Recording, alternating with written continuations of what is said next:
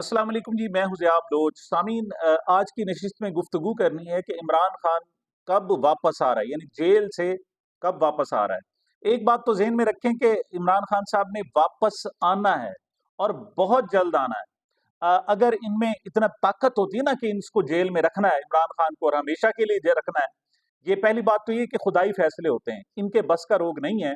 इनके बस का रोग होता तो ये फिर उनकी अहलिया मोहतरमा बुशरा बीबी को ये अडयाला जेल में रखते या किसी और जेल में रखते। ये उन्हें बनी गाला ना भेजते। वो बार बार कह रही है कि मैंने वापस आना है, मुझे जेल भेजो, लेकिन उसे कहते हैं नहीं, तू अपने घर रह। तो एक बात याद रखें, खान आ रहा है। मैंने आज आपको बताना है कि कब वापस आ रहा है, लेकिन उससे पहले मैं तीन सहाफियों का जिक्र लाजमी तौर पर करना चाहूंगा। मेरा ख्याल में उनमें से एक के साथ तो बहुत ज्यादा नाइंसाफी हुई है। सबसे पहले तो इमरान रियाज खान साहब के हवाले से पहले भी मैंने बात की कि इमरान रियाज खान साहब का के लिए अच्छा ये हुआ कि उन्हें अदालत पेश कर दिया गया। मैं फिर कह रहा हूं कि अब ये 9 मई का अंधेर नगरी नहीं है कि जिसको चाहेंगे जो जो कुछ मर्जी करेंगे। अब अवाम का मैंडेट आ चुका है, मैंडेट आया है इमरान खान के नाम, इनके नाम नहीं है। इसका मतलब यह है कि 80% ने इमरान खान को पसंद किया है, तो इसका मतलब यह है कि 80% ने इन्हें मुस्तरद कर दिया है। इनको और इनके नुमाइंदे, इनके हैंडलर, सबको मुस्तरद कर दिया है। लिहाजा अब इनके पास गुंजाइश नहीं है। इनके लिए तरीकाकार ये है कि ये अपना कोई रास्ता, आबरूमंदाना जनाब रास्ता देके फेस सेविंग ढूंढे, इमरान खान साहब को किसी न किसी तरीके से बाहर निकाले और राजी करे किसी न किसी तरीके से, वरना इनके पास कोई चारा नहीं है। तो जनाब इमरान रियाज खान साहब को अदालत पेश किया गया और 1 घंटा तक उसने खुद दलाइल दिए।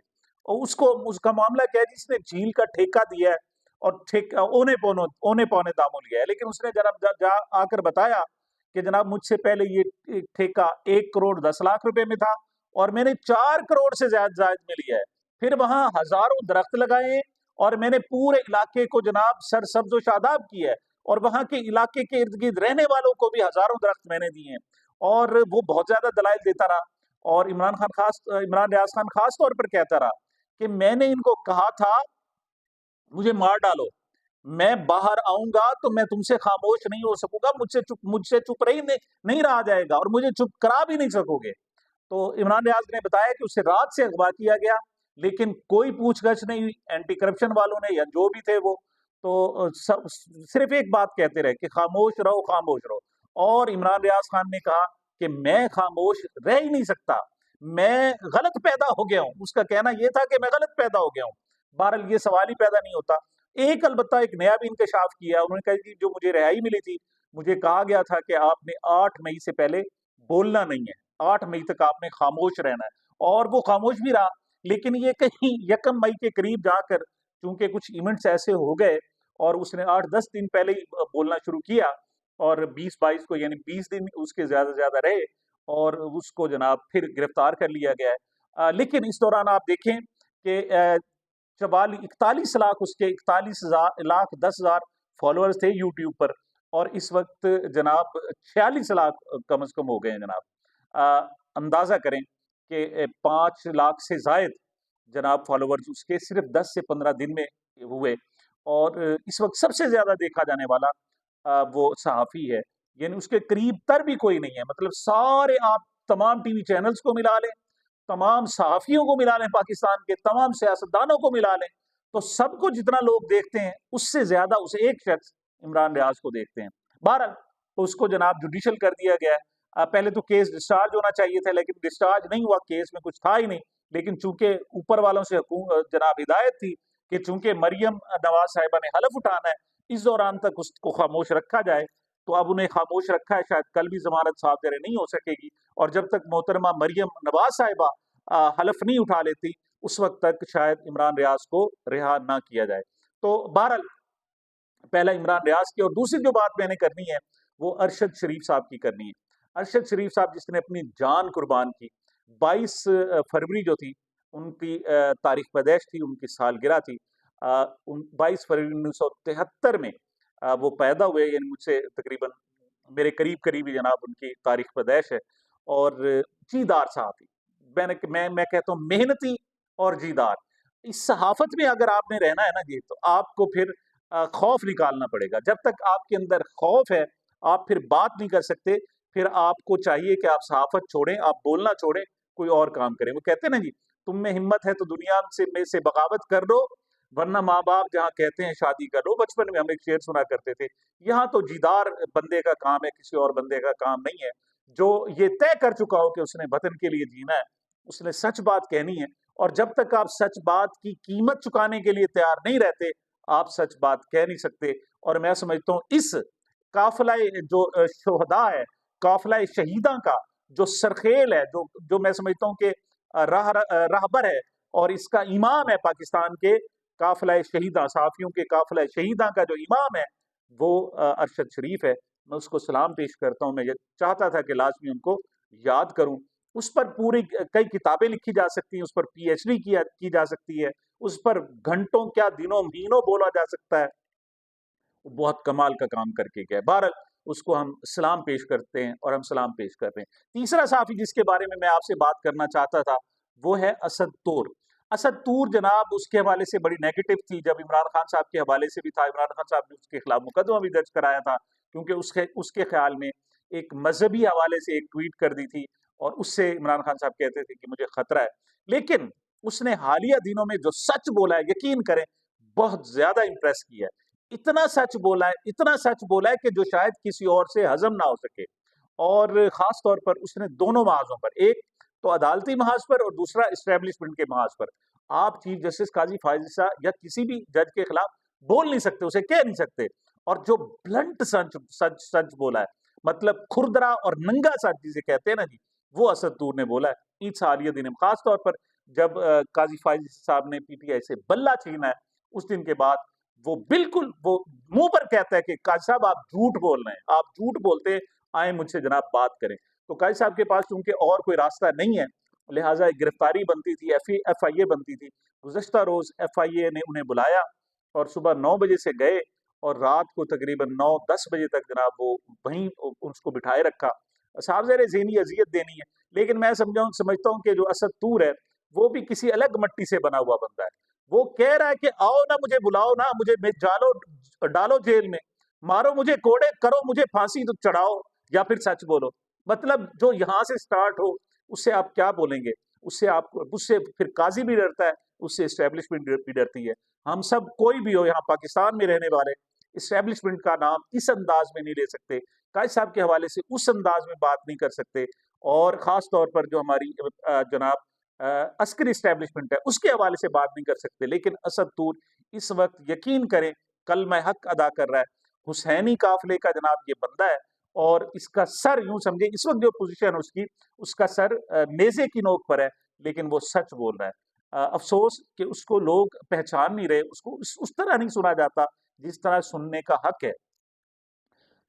असद तूर अनसेंसर्ड के नाम से उसका यूट्यूब चैनल है, उसे बहुत कीमत अदा करनी पड़ रही है अपने अपनी सहाफ़ती हवाले से। लेकिन बहरहाल जितना बोल रहा है, मैं समझता हूँ कि उसको एप्रिशिएट करना चाहिए, उतना एप्रिशिएट हम लोग नहीं कर रहे। आगे जनाब हम बात करते हैं कि इस वक्त जनाब इमरान खान साहब के हवाले से हम थोड़ी सी बात कर लें कि वो मियाँ असलम के बारे में। मियाँ असलम साहब जनाब अगवा हैं, मुबैना तौर पर अगवा हैं।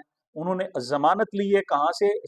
पेशावर हाई कोर्ट से, और वो आखिर वक्त तक लाहौर नहीं पहुंच सके।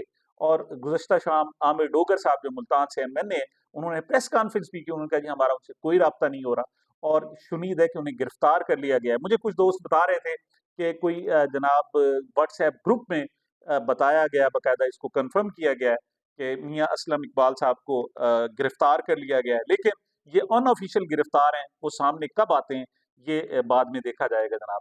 आज पंजाब असम्बली के हवाले से भी मैं कमेंट कर दूं थोड़ा सा कि मोहतरमा मरियम नवाज साहिबा आई और उन्होंने जनाब हलफ तो उठाया और उन्होंने झंडे भी लहराए और अपने जनाब मैं वीलॉग में बड़ा तफसील से बयान कर चुका हूँ, अर्ज कर चुका हूँ। लेकिन एक बात है कि उनके चेहरे उतरे हुए थे, इनके चेहरों पर 12 बज रहे थे। और यहाँ तक कि मियाँ जावेद लतीफ साहब जैसा बंदा, नून लीगी रहनुमा, वो कहता है जी इस असेंबली का मुद्दत पूरी करना तकरीबन नामुमकिन है।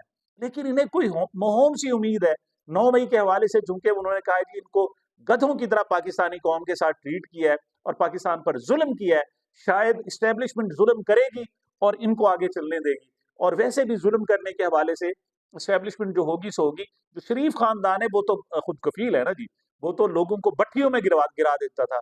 और मरियम नवाज एक नए चेहरे के साथ आई हैं, नई क्रूएलिटी का चेहरा, एक जालिमाना जनाब फेस के साथ आई हैं, और वो कहती हैं जनाब मैं सीधा कर दूंगी, फिक्र न करें। ऐसी ऐसी जमात के बारे में आप क्या कहेंगे, जिनकी फेस, जिनकी पहचान, जिनकी शनाख्त जो है राना सनाउल्लाह हो। और अब जनाब मरियम औरंगजेब साहबा को भी उन्होंने कौमी असम्बली में नहीं जाने दिया, अपने साथ ही उन्होंने जनाब हलफ दिलवाया है। तो अब आपको सुनना पड़ेगा मरियम औरंगजेब साहबा की गालियां होंगी, जब उनके मुंह से कुछ नहीं आता तो फिर वो गालियां देती हैं और कुछ नहीं कर सकती। लेकिन आज उनके चेहरे बता रहे थे कि इस कंपनी ने आगे चलना नहीं है। सबसे जो अहम बात है जनाब वो शौकत बसरा साहब के हवाले से, बौलनगर से एमएनए जीते हुए हैं फॉर्म 45 के मुताबिक, लेकिन सरकारी तौर पर एजाजुल हक साहब ने उन्हें हराया है। और चूंकि इस्टेब्लिशमेंट को जरूरत है एजाजुल हक की, क्योंकि उन्होंने जनाब पैगामात पहुंचाने होते हैं और बड़े फेथफुल आदमी हैं, तो आगे जनाब उसको संभालना तो है ना, किसी न किसी ने तो पैगाम पहुंचाने हैं, तो उस वजह से उनको सीट दे दी गई है। लेकिन इतने गंदे तरीके से दी गई है कि और कोई चांस नहीं। वो 2 रोज पहले चीफ जस्टिस काजी फायज ईसा साहब के पास पहुंचे, वो जो इंतखाबात मुलतवी केस का था, ब्रिगेडियर रिटायर्ड अली मोहम्मद अली साहब ने जो की थी, और उस पर 5 लाख रुपए जुर्माना करके चीफ साहब ने, काजी साहब ने वो केस डिसमिस कर दिया और खत्म कर दिया। तो उसमें जनाब वो गए और पेश होना चाहते थे, लेकिन चीफ जस्टिस काजी फाइज साहब ने बड़े बुरे तरीके से उन्हें झटक दिया। वो कहते हैं बात मेरी सुन ले, बात सुनने पर तैयार नहीं हुए, और जब वो बार बार, तो उन्होंने कहा जी मैं तो तुम्हारा लाइसेंस कैंसिल करवा दूंगा, तुम्हें फला करा दूंगा, तौहीन अदालत करा दूंगा, ये कर दूंगा। मतलब ऊपर खुदा है, नीचे काजी साहब है, सीधी सी बात है। और ये स्टाइल जो है काजी साहब, वैसे मैं भी बिल्कुल आपसे जो है ना न्याजमंदाना अर्ज कर रहा हूँ, मासूमाना अर्ज कर रहा हूँ, और वो ये है कि आप चीफ जस्टिस के अंदाज नहीं है, ये तो थानेदार का अंदाज है जो आप इख्तियार कर रहे हैं। लोगों की बात सुनने के लिए तैयार नहीं। आपके पास लोग आते हैं जनाब, इन आरोज को ना लगाएं, ये जो इस्टेब्लिशमेंट के हैं, आप जजेस को लगाएं। आप कहते हैं जी आप पर तौहीन अदालत, आप जनाब, मतलब ये आपकी सूरत हाल है। आप नहीं सुनेंगे तो फिर कौन सुनेगा, और कब तक आपको, वैसे भी आपके 5-7 महीने सारे रहते हैं, लेकिन कब तक लोग आपको बर्दाश्त करेंगे। इस तरह नहीं है, आप काजी बने, बाप बने, सर पे हाथ रखें। लोग मजलूम आपके पास आते हैं, जालिम तो आते ही नहीं। जालिमों को क्या जरूरत है, वो तो खुद फैसला कर लेते हैं, वो तो खुद फैसले तब्दील करा लेते हैं, और स्टैब्लिशमेंट उनके साथ हो तो फिर मजे ही मजे हैं। आपके पास मजलूम आते हैं, इस तरह ना करें। आपने पहले बल्ला लेकर बड़ा जुल्म किया हुआ है, लोग बड़े दुखी हैं आपसे, आप इस तरह ना करें। तो खैर उन्होंने, जनाब काजी साहब ने उनकी बात नहीं सुनी, और उन्हें साथ पाबंदी लगा दी कि आपने बाहर जाकर भी बात नहीं करनी। वो बंदा 2 दिन नहीं बोला, लेकिन वो कहता है कि मैं जब बाहर आया तो मुझ पर तो बोलने पर पाबंदी थी, लेकिन मुझसे पहले मेरे किस्से पहुंच चुके थे, टीवी चैनल्स पे चल रहे थे कि आज चीफ जस्टिस साहब ने शौकत बसरा की बड़ी बेइज्जती की है, बड़ी तज़हीक की है। तो वो कहते हैं ये क्या तरीकाकार है, मुझे आप कहते हैं कि मैं ना बोलूं, लेकिन आप जो बोलते हैं वो पहले पहुंच जाता है। तो ये यकतरफा जुल्म, मतलब दूसरे की साइड भी रहा जाए। आज जनाब उन्होंने ना चाहते हुए भी बाकायदा प्रेस कॉन्फ्रेंस कर दी और बड़ी खुली डुली की। एक पॉइंट तो यही था कि मुझे आपने बोलने से मना किया था, मुझसे पहले किससे हर शख्स के मुंह तक, जुबान तक, कानों तक, आंखों तक कैसे पहुंच गए कि मेरी तज़हीक हुई है। तो मतलब आप, मेरी तज़हीक का कौन जवाब देगा, ये एक बात। लेकिन उनका कहना यह था कि अब मैं उस मोहम्मद अली के केस पर नहीं बात करूंगा, लेकिन मैं ये बात करूंगा कि मैं क्या कहना चाहता था। और जो कहा उसने, वो उसने कहा जी कुरान उठाए और देखें, अगर मैं गलत बात कर रहा हूं कि जनाब धांधली के हवाले से गलत बयानी कर रहा हूं कि धांधली नहीं हुई, और मैं कह रहा हूं धांधली हुई है, तो मुझे हजूर अकरम सल्लल्लाहु अलैहि वसल्लम की शफाअत नसीब ना हो। लेकिन जो मुझे इंसाफ नहीं दे रहे, उनको भी जो है वो हजूर अकरम सल्लल्लाहु अलैहि वसल्लम की शफाअत नसीब ना हो। तो मतलब इस अंदाज में वो बात कर रहे हैं। लगता है ऐसे कि वो चाहते हैं कि चीफ साहब उन्हें बुलाए, बेशक जेल में डाल दें, लेकिन उनकी बात सुने तो सही ना। मतलब इस तरह ना करें, ये खुदाई अंदाज है। और चीफ जस्टिस का जो होता है वो पिदरी अंदाज होता है, वो बाप जैसा होता है। इस तरीके से वो खुदा नहीं बन जाता, वो बाप बनता है और बात सुनता है।